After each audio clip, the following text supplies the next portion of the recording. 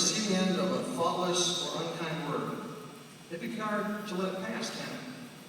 Well, what should we do? Well, let's look at our brother that's dealing with just this situation and see how he handles this.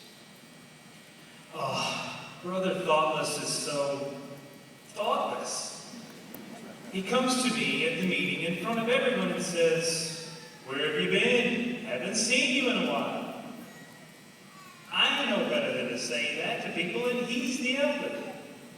I've had it. He does this to me all the time. He says whatever he wants to. So I'm going to tell him how I feel. I'm going to tell him, and he will know exactly how I feel. I'm going to let him have it. And then after that, I won't have to talk to him anymore. I'll just be nice to him when I see him. I'll be Christian to him when I see him at the meetings. That's what I'll do. That doesn't even sound right. It doesn't make sense. What does that mean to be Christian and not talk to him? Well, to be Christian, I'd have to follow Jesus' example and forgive. Because he follows his Father's example in forgiving as well.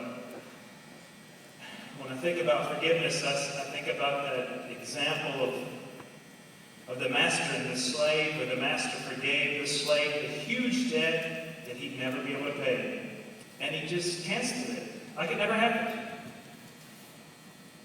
And then thinking about that reminds me of what Jehovah's forgiven me, and that's huge. Kind of makes this seem very small. And then when I think about that, it reminds me of if I want to be forgiven, I've got to be forgiving. I have to forgive to get it from Jehovah. So it sounds like something I need to meditate on. I better pray to Jehovah right now. Did you notice?